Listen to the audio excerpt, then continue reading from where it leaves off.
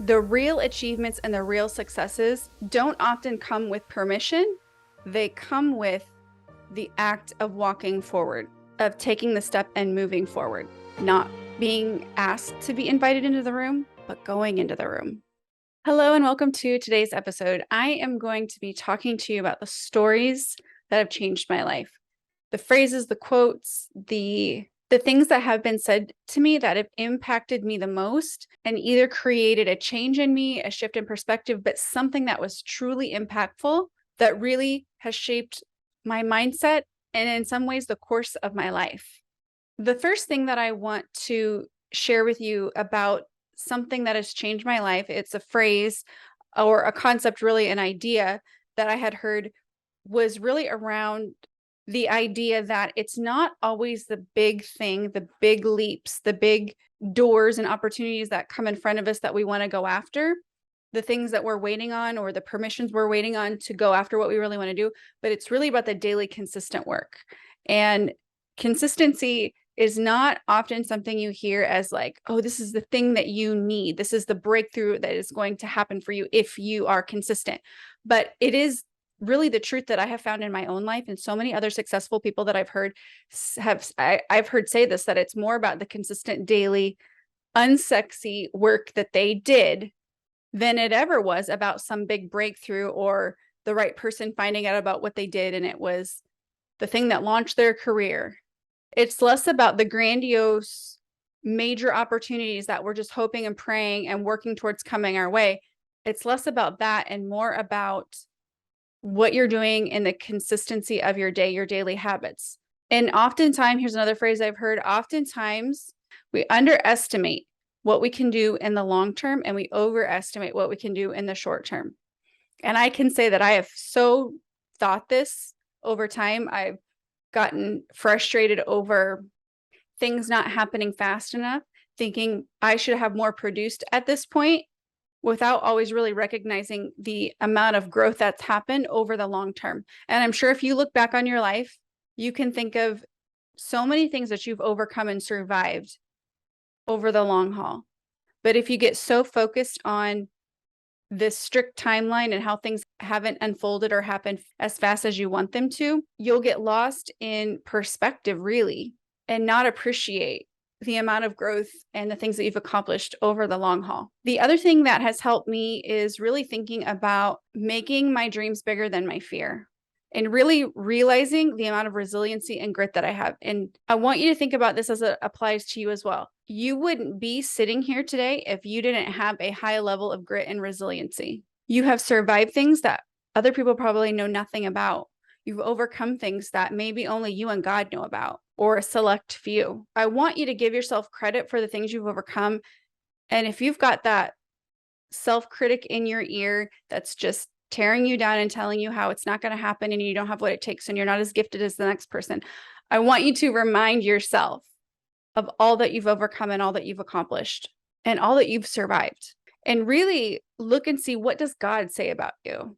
Not what does your worst moment say about you, your worst decisions, your worst mistakes, not what any of those things say about you. What does God say about you?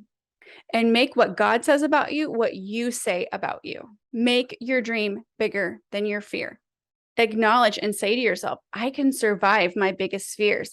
I know I went through a really traumatizing experience several years ago, and I just thought, if anyone knew about what happened to me, I don't think I would survive it.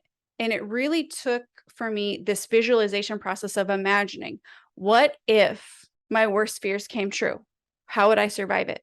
And I visualized how I would wake up in the morning, how I would swing my feet over the bed and stand up, how I would get dressed, how I would go down and make my kids breakfast in the morning, how I would go about my day. I just visualized myself letting go and releasing that fear of what other people would think or how they would react or whatever my biggest fear was. Like, I visualized myself walking that out and overcoming. And I visualized what my day, what my year would look like. And in doing that, I really took the power away from fear. It no longer had control over me because up to that point, I thought, I'm never going to survive this. But when I realized I could and would survive if I dug my heels in the ground and chose to, I realized I'm just going to choose to survive. And I think there is a real strength in that perspective of deciding for yourself, you are going to survive your biggest fear. So if you have been somebody who's let fear hang, the worst case scenario over your head, I want you to take a moment. I want you to take some time to visualize yourself surviving and overcoming and thriving, not just surviving, but really thriving, and not letting those worst case scenarios build themselves up as what would define you, because it wouldn't. If you're choosing that it doesn't define you, it doesn't define you. Dr. Caroline Leaf says that the second most powerful thing in the world, other than God, is your thoughts. They are powerful. So I want you to take stock and inventory over what you're thinking. What are you allowing in your mind? What is taking up that prime real estate, which is your mind? And if it's not something that's serving you, if it's criticism, self-defeat, shame, doubt, it doesn't belong there. And this is not something that's necessarily easy to walk out in the beginning, because if you're getting to the place where you're really starting to, for the first time, take more control in your thought life, it's going to be hard, but it is possible. It's this muscle that you activate. And in addition to activating this muscle, obviously, I'm going to add to this, your faith is a key element of that. You're leaning on God's strength to walk out something that you might feel in your own strength is completely impossible. It's declaring and speaking scriptures over yourself. God didn't give you a spirit of fear, but of power and of love and of a sound mind. And you can walk that out and embody that every day with God's strength. Maybe not easily, maybe not perfectly, but I believe he gives grace for those seasons where we feel weak. The other thing I want to share that has really helped me in my life is really thinking about the Esther story, the story of Esther. If you've never read it, you should look it up, read the whole thing. I'm not going to go over this story bit by bit, but what I will say is there's a point in that story where Esther makes the decision to enter the throne room of the king. He enters the room of the king without an invitation. And I think so many times in our lives, and I've done this countless times, and I still in some ways have to push through this mindset where I feel like I have to wait for the opportunities to come to me, or I'm waiting for something, I'm waiting for permission, I'm waiting for the big break, versus just taking the small actionable steps that are within my reach and within my grasp to do. I think there's so many times where we are waiting on an invitation to walk forward into our dreams and our destiny and the things that we want to do with our life. And God has already called us forth. He's already set the stage, and he's not restricting you or waiting for you to be perfect or to have it all together to be like, okay, it's your time now. Here you go. Walk into your destiny. Angels are singing, the doves are flying. The real achievements and the real successes don't often come with permission. They come with the act of walking forward, of taking the step and moving forward, not being asked to be invited into the room, but going into the room, not waiting on permission, but moving forward in the ways that you have within your grasp to move forward. In Esther's case, the act of her stepping out and taking that risk for her people led to the saving of thousands of lives. If she had waited for permission, it might never have come. So I want you to think about that story and how it can apply in your life right now. What are you waiting on permission for? And maybe what can you take the steps to just go into the room yourself and start the conversation and start working on your goals and the things that you feel like God is stirring on your heart. It's not that I'm saying you don't consult God or you don't pray about it. I'm not in any way implying that. All of these things come together.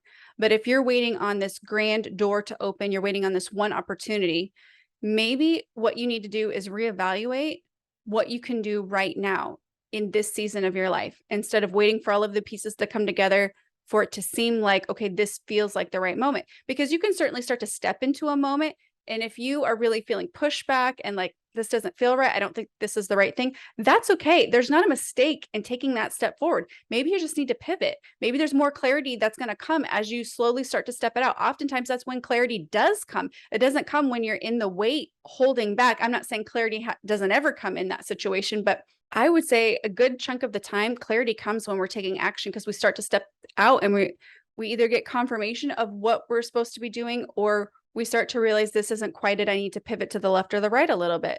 And in saying that, one of the last two things quickly I want to share with you is something I've shared in previous episodes, but I'm going to share it here as well. My life coach at the time, the first life coach I ever had, Marie Cochran of Shut the Fear Up, she's amazing. Give her a follow. She shared with me, Dawn, you can do everything right and people will still find a way to judge you. I was really worried about that time of being judged out of context, being misunderstood, having things I said maybe taken the wrong way. And she's like, Dawn, you could have done it all right in your life and you could do everything right moving forward and people will still find a way to judge you. And she paired this statement up with another analogy she gave me, and I've told it countless times and I've told it on previous episodes, but I'm going to say it again because if you haven't heard this before, it's been a powerful analogy or metaphor in my life. And it is like, she said to me, Dawn, you're like an apple tree and it's your job to produce. It's not your job to control what other people do with the fruit that you produce. It's just your job to produce. She said, some people are going to come up to you and they're going to take an apple off of your apple tree and they're going to make apple pie with it. Some people will come, they'll take an apple off your apple tree and they'll make applesauce with it. Other people, she didn't say this, but it kind of ties along with this. Other people might take an apple off your apple tree and they take a bite and they spit it out. They throw it on the ground. You're not for them. That's okay. You can't control how other people perceive you. You can't control what other people do with the work that you produce. It's just your job to produce. So I want you to think about that moving forward. If you start to feel anxiety over being misunderstood or misperceived or other people not getting it, family talking bad about you behind your back because they think that you are too prideful, you shouldn't be walking out in the goals and dreams that you have for your life. It's not your job to control that. It's just your job to do what you feel God is stirring in your heart to do and produce. So today it was a shorter episode, but I really just wanted to share these powerful truths because I think it's so valuable when you hear from other people the things that they've gone through, the moments that have changed their life, or the things that were said to them that help them to find breakthrough. And so I hope in something that I've shared today, you found something that clicked for you. Maybe you have found revelation in one of these stories that really hit home for you. I'm looking forward to another conversation with you again in next week's episode. So that's all for now. Until next time. That's all we've got for this episode of the Called Forth podcast. One thing that would really help both us and other new potential listeners is for you to rate this show and leave a comment in iTunes, Stitcher, or wherever you tune in to listen. Also make sure to link up with us at www.dawntown.com. That's DAWNTOWNE.com. And on social media.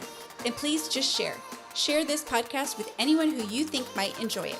Until next time, remember, you have been called forth.